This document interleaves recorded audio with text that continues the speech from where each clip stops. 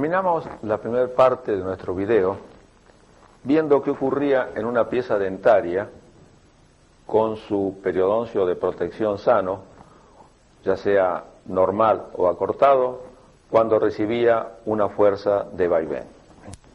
Veremos ahora qué ocurre cuando esta misma fuerza de vaivén actúa en un diente que tiene una enfermedad periodontal destructiva.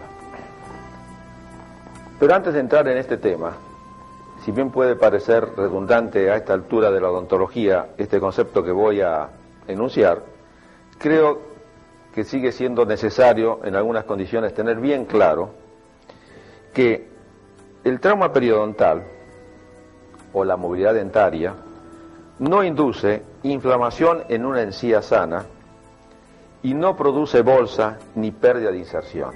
Es decir, que la lesión traumática tiene lugar en las estructuras de soportes del diente y esto no tiene ninguna manifestación sobre la encía.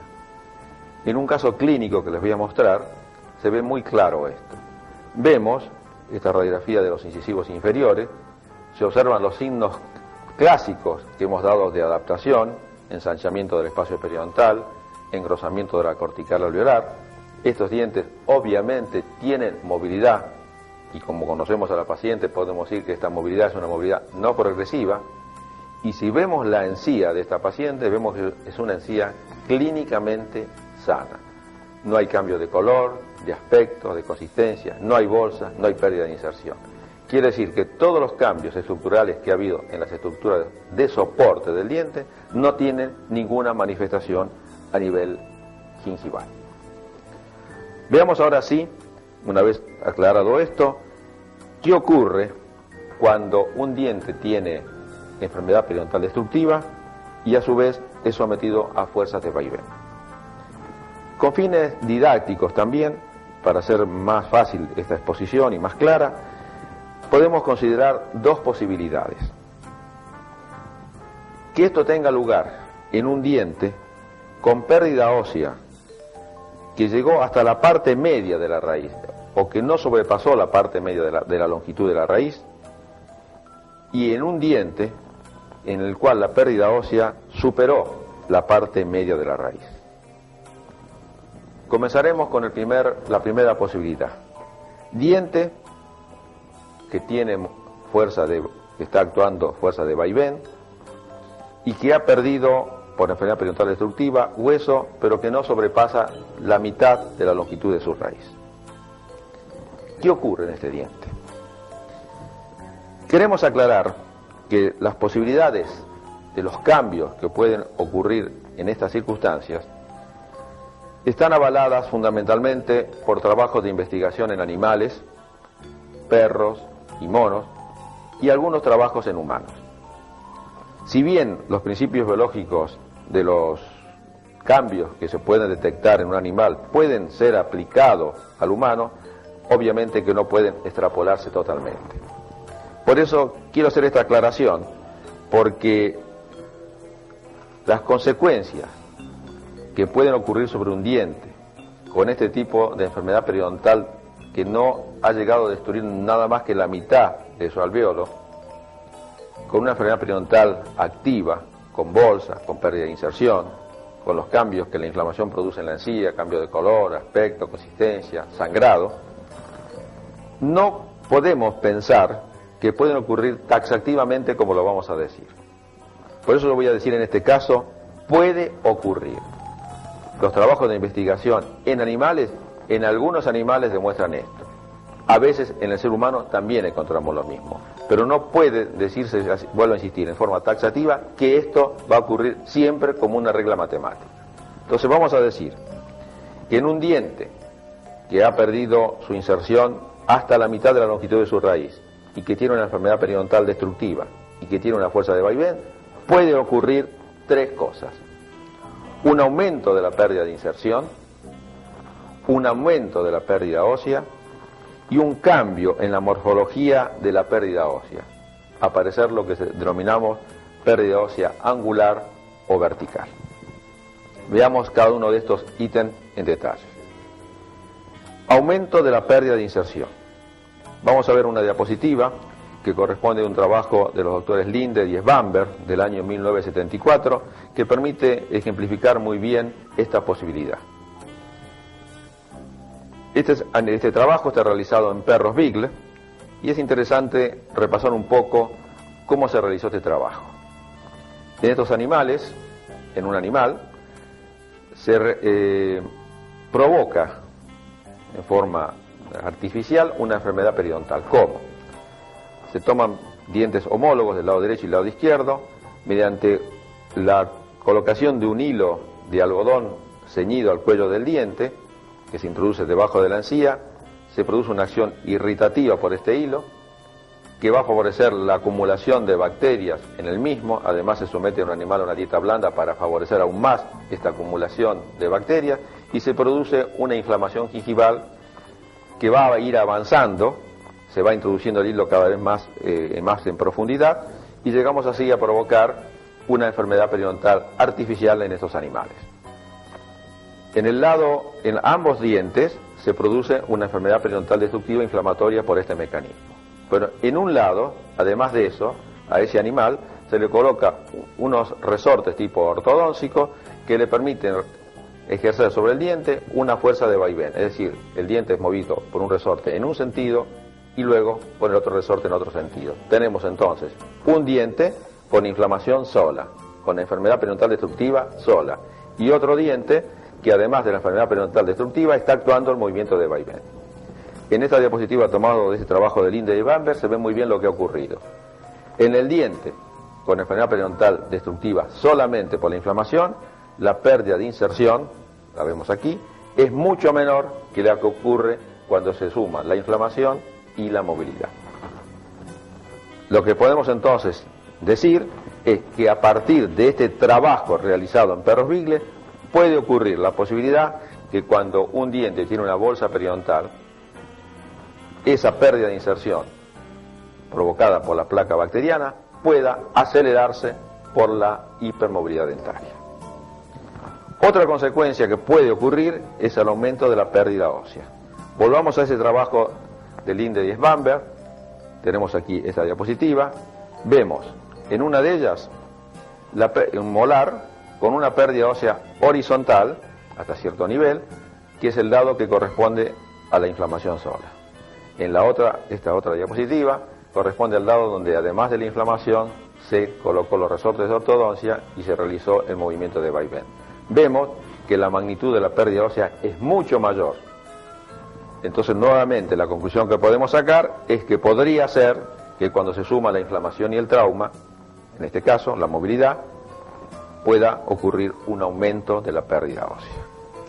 La tercera posibilidad que puede ocurrir es que, y así esto fue aseverado durante muchos años y es un tema que sigue siendo controversial,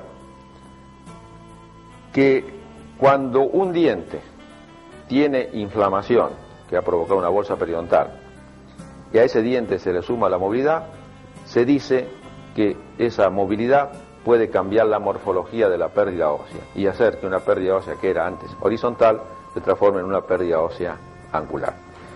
Estos son hipótesis que fueron mantenidas y esbozadas hace muchos años por Glickman y Smulov en Estados Unidos, por Carranza y Erausken en la Argentina. ¿Cuál era los fundamentos de estas hipótesis que manejaban esos autores? Ellos decían que cuando tenemos el diente y tiene una enfermedad periodontal inflamatoria, y aquí tenemos el hueso, cuando la inflamación actúa en un diente que no tiene movilidad, la reabsorción del hueso se va a hacer desde la cara externa del hueso, y el hueso se va a ir perdiendo en altura y se produce la pérdida ósea horizontal. Glickman fundamentalmente acuñó un término, zona de codestrucción, y según él, cuando el diente se mueve y determina esos cambios estructurales que ya vimos en el hueso, el camino de la inflamación que antes iba por fuera y producía una pérdida horizontal se modifica ahora y la inflamación se mete dentro del ligamento periodontal y la reabsorción se hace por dentro, lo que da una pérdida ósea angular, como podemos ver en este corte histológico o podemos ver en esta radiografía. Estos autores decían que lo que hacía la movilidad era cambiar el camino de avance de la inflamación. La inflamación que antes iba por fuera del ligamento periodontal, ahora se mete dentro del ligamento periodontal y reabsorbe el hueso desde adentro hacia afuera. Esta es una hipótesis que se manejó durante muchos años, que algunos autores todavía sostienen, que algunos trabajos experimentales en animales permiten suponer que en algunas circunstancias esto puede ocurrir. Pero para la mayoría de los periodoncistas más actualizados, piensan que esta concepción puede ocurrir en algunas circunstancias, pero que lo que más común es que la pérdida ósea, horizontal o angular, dependan fundamentalmente de la presencia de la inflamación y de la morfología ósea. Esto podemos resumirlo así. Si el hueso es delgado, la pérdida ósea será horizontal. Si el hueso es grueso, la pérdida ósea será angular. Si vemos esta diapositiva, que corresponde al corte de un maxilar desde los incisivos hasta el segundo molar, vemos, y tomamos el hueso por vestibular, el hueso por vestibular del incisivo inferior es sumamente delgado. Si allí se establece una lesión inflamatoria, la pérdida ósea será horizontal. Pero si vemos la misma cara vestibular a la altura del segundo o tercer molar, veremos que el hueso es sumamente grueso, porque allí están las líneas oblicuas. En ese caso, la reabsorción del hueso siempre se va a hacer oblicua, es decir, va a ser una pérdida ósea angular. En esta otra diapositiva es un caso muy clásico. El último diente del arco, pues en este caso un primer molar. Tenemos el espacio interdentario entre el molar y el premolar. Y tenemos el hueso por distal del último diente del arco.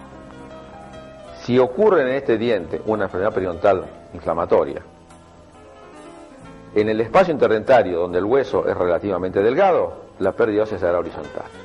Pero por distal del diente, de esa pieza dentaria, nunca la enfermedad periodontal destructiva va a poder destruir todo el hueso. Va a tener que destruirlo siempre de forma parcial y va a dar como consecuencia inexorable una pérdida ósea angular. En esta otra diapositiva, un caso clínico, se ha levantado un colgajo por vestibular de un molar y vemos otra vez que se ha producido una pérdida ósea angular a consecuencia de que allí están las líneas oblicuas y el hueso sumamente grueso. Y en esta otra diapositiva vemos entre dos incisivos donde el espacio interdentario es amplio, hay un hueso grueso y se ha producido una pérdida ósea de tipo angular. Es decir, a nuestro juicio, aceptamos esta última hipótesis como la más común, la más aceptable para nosotros, es que si el hueso es delgado, la pérdida ósea será horizontal, si el hueso es grueso, la pérdida ósea será angular, y que el trauma o la hipermovilidad no tiene el papel que se le daba antes en la génesis de este tipo de defecto óseo. Aquí también, como dijimos anteriormente, uno puede preguntarse, bueno, pero ¿cuál es la conducta terapéutica que tengo que seguir? Yo tengo un diente con enfermedad periodontal, tiene bolsa, pérdida de inserción, supuración, sangrado, y ese diente tiene movilidad. ¿Cuál es mi conducta terapéutica? La conducta terapéutica se relaciona con las cosas que ya hemos ido viendo en el video anterior.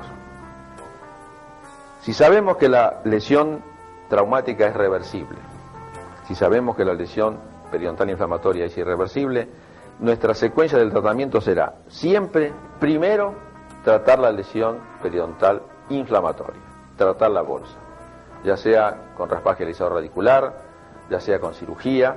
Si hay un defecto óseo podremos utilizar algún tipo de injerto, hidroxiapatita, injertos óseos, lo que el periodoncista pueda manejar. Trataremos la lesión periodontal inflamatoria. ¿Qué hacemos con la movilidad? Porque ese diente tiene movilidad, porque está sometido a una fuerza de vaivén. Nuestra conducta con la movilidad será exactamente la misma que vimos anteriormente. Si esa movilidad trae alteraciones funcionales, debemos tratarla. Si el paciente no puede masticar porque el diente se mueve, debemos tratarla, como ya veremos posteriormente. Si esa movilidad le molesta al paciente, debemos tratarla. Continuemos ahora viendo qué ocurre cuando esa fuerza de vaivén actúa en un diente en el cual la pérdida ósea supera la parte media de la raíz, como vemos en esta diapositiva, tomado del libro del INDE. Aquí se ha perdido más de la mitad de la longitud del hueso alveolar, hay una bolsa periodontal, y en este caso, ¿qué se va a observar? Si vemos la radiografía, en esta radiografía la vemos perfectamente, vamos a observar radiográficamente una radiolucidez periradicular. Se pierden las características de la cortical alveolar y del ligamento periodontal. En esta otra radiografía vemos exactamente lo mismo. Se perdió las características normales, por lo menos visibles radiográficamente, de lo que es un periodonto y una cortical alveolar. Pero lo interesante es lo que observamos clínicamente.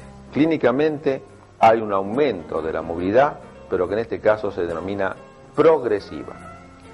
Obviamente que no podemos, si yo recibo un paciente y veo un diente que se mueve, con esa imagen radiográfica, yo no puedo hablar de que ese diente tiene un aumento de movilidad progresiva. Para decir que tiene un aumento de movilidad progresiva, yo deberé ver a ese paciente en forma sucesiva, al mes, a los 2 meses, y voy a observar en ese caso que la movilidad va a ir aumentando. Solo la movilidad dentaria progresiva, a nuestro juicio, debe ser considerada como movilidad patológica. Y en este caso sí, es sumamente importante el diagnóstico de esta movilidad, asociada obviamente siempre a una enfermedad periodontal destructiva avanzada, porque si no se actúa en forma más o menos precisa y rápida, esa pieza dentaria se va a perder. Es decir, que podríamos esquematizar lo que ocurre en estos momentos de esta forma. Aumento de movilidad progresiva, se mantiene la lesión traumática histológica. Ustedes recordarán, en los videos anteriores, habíamos dicho que la lesión traumática era reversible, que tenía un periodo de injuria, ese periodo de injuria pasaba y luego pasamos a un periodo de reparación. Cuando tenemos un diente en las circunstancias que estamos marcando, con gran pérdida de inserción, con una bolsa activa, y en este gráfico así lo hemos puesto, el cambio, se produce un cambio totalmente distinto. Ahora, el periodo de injuria no es seguido por un periodo de reparación, sino que el periodo de injuria se prolonga en el tiempo, la reabsorción ósea continúa, la neoformación sigue descendiendo, y si no se actúa en forma precisa, va a terminar con la pérdida del diente. Por eso es tan importante actuar en este momento en forma rápida y adecuada. Y bien, ¿cómo debemos encarar entonces en estas circunstancias? Muchos de ustedes, al ver esta radiografía, estarán pensando ya en que la solución de este caso es la extracción de la pieza dentaria. En algunas circunstancias puede ser posible, pero también muchos de estos dientes, con la terapia adecuada, pueden conservarse durante muchos años y prestando servicios a nuestros pacientes. ¿Cuál es o cómo debemos tratarlo? Como este diente tiene una movilidad acentuada y progresiva, las maniobras concernientes al tratamiento de la enfermedad periodontal inflamatoria generalmente se encuentran dificultadas por esta movilidad. Aún podríamos tener miedo que en algún movimiento durante el raspaje o la cirugía que se pueda provocar la avulsión de la pieza dentaria. Por eso aconsejamos en estos casos realizar una ferulización temporaria de esta pieza dentaria, por cualquiera de los procedimientos que todo periodoncista o odontólogo conoce, ya sea ligadura de alambre, con algunas sustancias adhesivas, fijar este diente. Una vez que el diente está fijado, realizar la terapia periodontal correcta, es decir, el raspaje del radicular, la cirugía, etc. Esperar un tiempo prudencial, luego de este tiempo, que puede ser 2 o 3 meses, eliminaremos la ligadura o la ferulización temporaria y allí tendremos la conducta final. ¿Qué hacemos con la movilidad residual que tiene ese diente? Generalmente la movilidad se habrá disminuido a consecuencia del tratamiento, pero el diente, como tiene un brazo de palanca sumamente amplio, se sigue moviendo, y en estos casos es muy raro que este tipo de movilidad no traiga alteraciones funcionales al paciente o no le traiga molestias. Entonces debemos realizar alguna terapia ya definitiva. En este caso, la indicación más precisa es la ferulización de estas piezas dentarias. Hemos visto así qué ocurre en una pieza dentaria que tiene fuerzas, que están actuando fuerzas de vaivén y que tiene una enfermedad periodontal destructiva. Hemos visto que cuando la pérdida de inserción no es muy grande, la movilidad puede en algunas circunstancias provocar un aumento de la pérdida de inserción, puede provocar un aumento de la pérdida ósea, puede provocar una pérdida angular. Cuando la pérdida de inserción es mucho mayor, puede llegar a perderse la pieza dentaria. Quiero resumir esto en algunos conceptos. El aumento de la movilidad dentaria por sí sola no determina la pérdida de los dientes. La enfermedad periodontal asociada a la microflora bucal, sí. Primer concepto entonces importante. Recordar que si bien la movilidad dentaria, el aumento de la movilidad dentaria, la lesión traumática es una lesión que existe en una pieza dentaria, esa lesión por sí sola no nos puede provocar la pérdida del diente. La presencia de la enfermedad periodontal asociada a la microflora bucal, esa sí va a producir la pérdida del diente. Que pueda haber algún tipo de relación entre las dos, que la movilidad dentaria pueda de alguna forma influenciar el avance de la enfermedad periodontal destructiva, es tema de discusión y puede ser que ocurra. Pero obviamente que el enemigo número uno, el enemigo que debemos tratar, es la enfermedad periodontal inflamatoria. El segundo punto, la movilidad dentaria, la trataremos de acuerdo a algunas circunstancias que ya hemos visto. Si hay alteraciones funcionales, si le molesta al paciente, si el brazo de palanca alveolar es muy grande, pero no debe nunca, y quiero enfatizar bien esto, hacerse un tratamiento en forma totalmente opuesta como vemos algunas veces. Como la movilidad dentaria le preocupa mucho al dentista y a veces al paciente, el tratamiento se hace a la inversa. Se trata el signo más obvio, que es la movilidad, porque la bolsa periodontal, la pérdida de inserción no puede ser tan obvia muchas veces, pero lo más obvio es la movilidad dentaria. Entonces se trata la hipermovilidad, se ferulizan los dientes y no se establece una conducta terapéutica hacia la enfermedad periodontal adecuada. Es un error conceptual ese tipo de tratamiento, porque lo único que vamos a lograr es que se pierdan todos los dientes juntos por el avance de la enfermedad periodontal. No estamos tratando la enfermedad periodontal porque ferulicemos los dientes. Debemos establecer las dos conductas, tratar la enfermedad periodontal y, si es necesario, como veremos posteriormente, perulizar los dientes. El segundo concepto que quiero remarcar: sin inflamación, la acción de la movilidad no es significativa. Tenemos que perderle el miedo a la hipermovilidad dentaria. Tenemos que tener cada vez más miedo a la inflamación de los tejidos periodontales. Tercer concepto: cuanto más tejido se pierde, más significativa se hace el papel del aumento de la movilidad. Obviamente que sí. Si ya hemos visto que cuanto más tejido se va perdiendo, el brazo de palanca alveolar se hace mayor, y entonces la acción de esta movilidad se hace más significativa. ¿Por qué?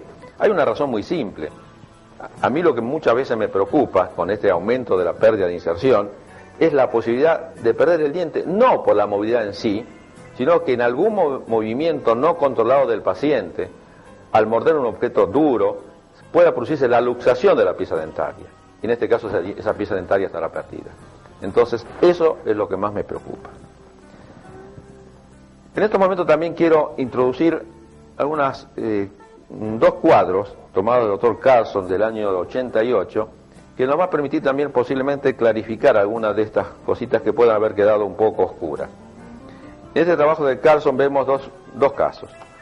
En este cuadro, vemos que él ha registrado con dos líneas, una llena y otra punteada, qué ocurre con la movilidad dentaria en el caso de la adaptación y qué ocurre con la movilidad dentaria cuando, además de la movilidad, hay una enfermedad periodontal destructiva avanzada.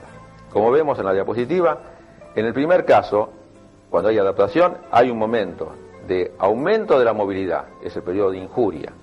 Luego, cuando entramos en el proceso de reparación, la movilidad se mantiene estable durante el resto de la vida de la pieza dentaria. Movilidad dentaria no progresiva. Cuando la movilidad está asociada a una enfermedad periodontal destructiva avanzada, vemos que la línea continúa creciendo en forma paulatina.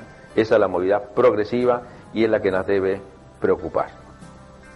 Y en el otro cuadro, también de Carlson, vemos las diferencias que hay en algunos parámetros con respecto a la adaptación y cuando la movilidad se suma a una periodontitis avanzada. Él ha tomado parámetros: el ancho del ligamento periodontal, la vascularidad del periodonto, la permeabilidad del periodonto y la actividad osteoclástica que tiene lugar en el hueso. Vemos que en la adaptación, en un primer momento, hay un aumento del ancho del ligamento periodontal que se mantiene. En cambio, cuando la movilidad se suma a una periodontitis destructiva, hay un aumento del ancho del ligamento periodontal que también se sigue manteniendo. Las diferencias ocurren ahora en estos parámetros. En la adaptación, la vascularidad aumenta en un principio, en el periodo de injuria, luego se normaliza. La permeabilidad aumenta en un principio, luego se normaliza, y la actividad osteoclástica exactamente igual. En cambio, cuando la movilidad se suma a una enfermedad periodontal destructiva, vemos que la vascularidad, la permeabilidad y la actividad osteoclástica, que habían aumentado en un principio, se siguen manteniendo. Por esa razón, decíamos anteriormente, si no se trata con cierta premura, la pieza dentaria se va a perder. Otro trabajo que quiero comentar con ustedes, trabajo que para mí me resultó muy interesante porque me permitió clarificar muy bien esta importancia de relacionar la movilidad dentaria y la inflamación periodontal. Es un trabajo de Paulson del año 1976, realizado en perros Bicles también. En esta diapositiva vemos el espacio interdentario tomado entre dos premolares, una primera aproximación y con más aumento la segunda. En estos animales se realizó la experiencia que ya dijimos anteriormente, pero con la siguiente secuencia. En un primer momento, a estos animales, en estos dientes, se le colocó un aparato de ortodoncia para realizar un movimiento de vaivén en esta pieza dentaria. Y se fueron sacrificando distintos animales a distintos momentos de evolución de esta experiencia. En esta primera diapositiva, que vemos a la semana, ya vemos, a las 2 semanas, ya vemos cómo el hueso está cambiando. Hay una rarefacción en el hueso interdentario, se ha perdido trabéculas óseas, y a las 10 semanas vemos que ha cambiado completamente la morfología de la cresta, se ha hecho afilada en forma de pirámide. Hay una pérdida evidente de hueso a las 10 semanas. Pero lo interesante de esta experiencia es que cuando se eliminan, cuando se retiran los aparatos de ortodoncia y se sacrifica un animal a las 10 semanas de haberse eliminado la fuerza, vemos en forma espectacular cómo se ha reconstruido totalmente otra vez la altura de la cresta ósea. Este trabajo de Paulson muestra bien claramente cómo la lesión traumática es reversible. Para hacer más interesante y más clara esta experiencia, este trabajo de Paulson, la experiencia continúa en otros lotes de animales, a los cuales, además de la fuerza de vaivén, se le permitió establecerse una lesión periodontal inflamatoria mediante el procedimiento del hilo de algodón que dijimos anteriormente. Si ahora se repiten la experiencia de sacrificar animales a las 2 semanas y a las 10 semanas, vemos que el cuadro histopatológico es totalmente opuesto, distinto. Ya hay una pérdida ósea mucho mayor, el tejido que se está perdiendo está reemplazado por un tejido de granulación, y esto clarifica bien que la lesión en este caso va a ser irreversible. Aunque eliminemos la inflamación, aunque eliminemos el trauma, el hueso que se perdió no vuelve más. Es decir, que esto lo podríamos simplificar toda esta experiencia de Paulson diciendo que la pérdida ósea por la bolsa periodontal es generalmente permanente e irreversible. En cambio, la pérdida ósea producida por la lesión traumática no es irreversible. Pasemos ahora, siguiendo con nuestro esquema que habíamos esbozado en el primer video, a otro capítulo, el diagnóstico de la movilidad dentaria.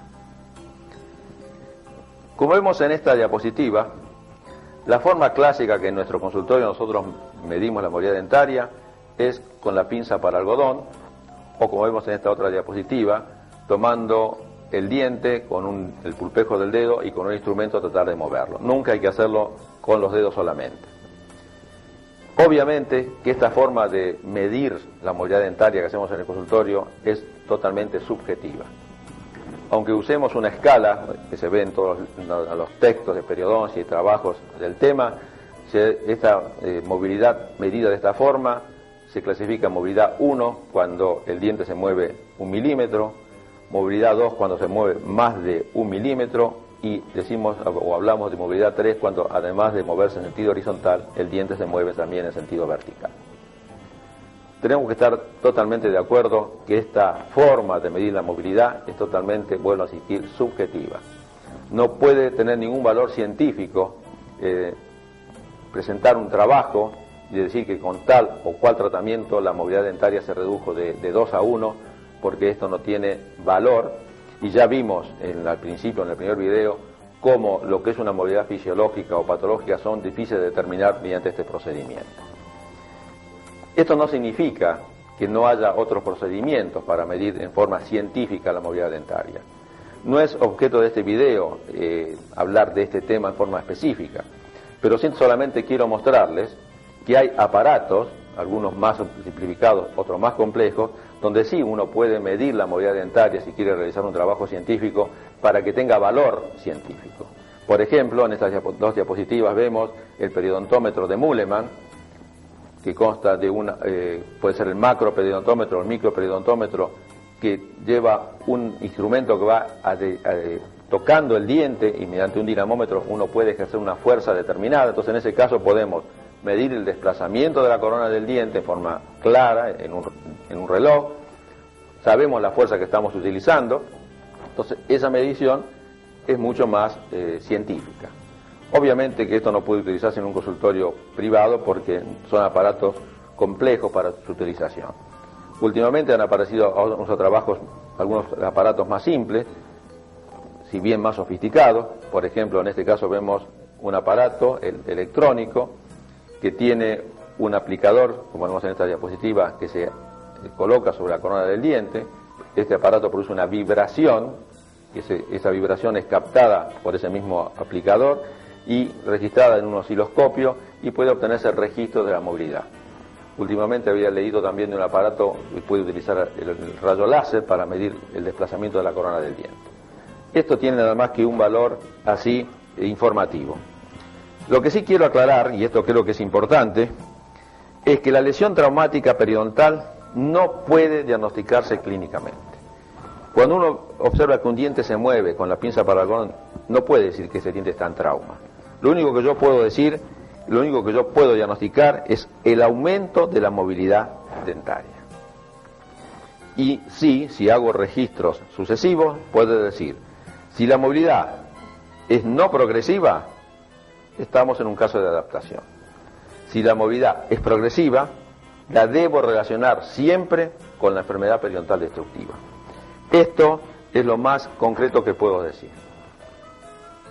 No pretender diagnosticar o decir que diagnosticamos la lesión traumática midiendo la movilidad como lo hacemos en el consultorio. Lo único que estamos midiendo es el desplazamiento de la corona del diente. ¿Qué está ocurriendo en la estructura del soporte del diente? No lo sabemos. Para que yo pudiera decir que ese diente tiene una lesión traumática, debería hacer un corte histológico sacando el diente y las estructuras de soporte que lo rodean, mirarlo al microscopio. Y si en el microscopio yo veo que estamos en el periodo de injuria, puedo decir que ese diente tiene una lesión traumática, pero no lo puedo decir por lo que veo clínicamente. Y pasaremos al último punto a considerar dentro de la secuencia de eventos que habíamos esbozado, que es el tratamiento de la movilidad. Ya en cada uno de los casos que fuimos presentando hablamos de cuál sería nuestra conducta terapéutica. Esto lo puedo resumir en dos cuadros. En el primero diremos que ese aumento de la movilidad, si es producida por un aumento del ancho del ligamento periodontal, si lo que está aumentado es el ligamento periodontal y vemos radiográficamente un aumento del ancho del ligamento periodontal, vemos que el brazo de palanca extraalveolar no es demasiado significativo y el diente tiene una hipermovilidad y hay, vuelvo a insistir, alteraciones funcionales o molestias en el paciente, mi método terapéutico para tratar esa movilidad es lograr que el periodonto vuelva a reducirse. ¿Cómo puedo lograr esa reducción del periodonto? Eliminando las fuerzas que actúan sobre la corona del diente. ¿Y cómo lo puedo hacer? Puedo utilizar desgaste selectivo, operatoria dental u ortodoncia. La otra causa del aumento de la movilidad dentaria era la disminución de la altura ósea, es decir, un aumento del brazo de palanca alveolar. En este caso el diente se mueve porque el remanente óseo es escaso. ¿Cuál será mi conducta terapéutica si este aumento de la movilidad, en este caso, trae alteraciones funcionales o le molestia al paciente? En este caso, la única solución que yo tengo va a ser la ferulización de esa pieza dentaria a dientes más firmes. También, en este otro cuadro, quiero enfatizar entonces que cuando la movilidad altera la función masticatoria o el confort del paciente, debo tratarla. Debo tratar la movilidad cuando el aumento de la movilidad es progresiva. Y debo fertilizar cuando hay riesgo de luxación accidental del diente. Esa es mi conducta con respecto al tratamiento de la movilidad. Y quiero también enfatizar esto. En el tratamiento de la movilidad dentaria es más importante tratar la enfermedad periodontal que la movilidad misma. Y ahora me gustaría incursionar un poco en un tema que puede ser poco controversial. Me referiría a la aplicación de estos conocimientos, de estas que hemos hablado sobre respecto a la movilidad dentaria, a la práctica común en el consultorio y fundamentalmente con relación a la prótesis dental. En prótesis durante muchos años hemos tenido una serie de conocimientos, yo considero muy mecánicos con respecto a nuestra conducta terapéutica. Por ejemplo, existe una ley, así se la menciona como ley de Ante, que dice que el área de la superficie periodontal de los dientes pilares deberá ser mayor o igual a la de los dientes presentes, lo que serán reemplazados por Ponti. Esta concepción mecanicista de la acción de la fuerza sobre un diente, que debe ser reemplazado, también ha sido aún más aumentada, por ejemplo, por un autor como Watt, que tuvo el trabajo, o se tomó el trabajo, de medir la superficie del ligamento periodontal que tiene cada pieza dentaria. Y en este cuadro vemos cómo en milímetros cuadrados, los incisivos tienen tantos milímetros cuadrados, los premolares tantos, los molares tantos. ¿Para qué hizo eso Watt? Para que el odontólogo tuviera todavía hacer una especie de fórmula matemática para determinar si podría reemplazar con prótesis unos dientes o no, utilizando los dientes pilares que quedaban. Yo hice un ejemplo.